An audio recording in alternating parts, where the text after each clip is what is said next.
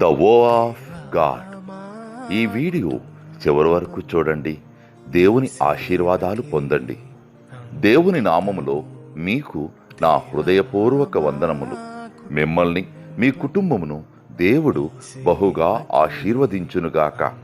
ఈరోజు మీ రాకపోకలి యందు మీరు చేసే ప్రతి పనిలోనూ దేవుడు మీకు తోడుగా ఉండునుగాక. మీరు ఊహించిన అద్భుతాలు, ఆశ్చర్యకార్యాలు ఈరోజు మీ దేవుడు మీ జీవితంలో చేయునుగాక.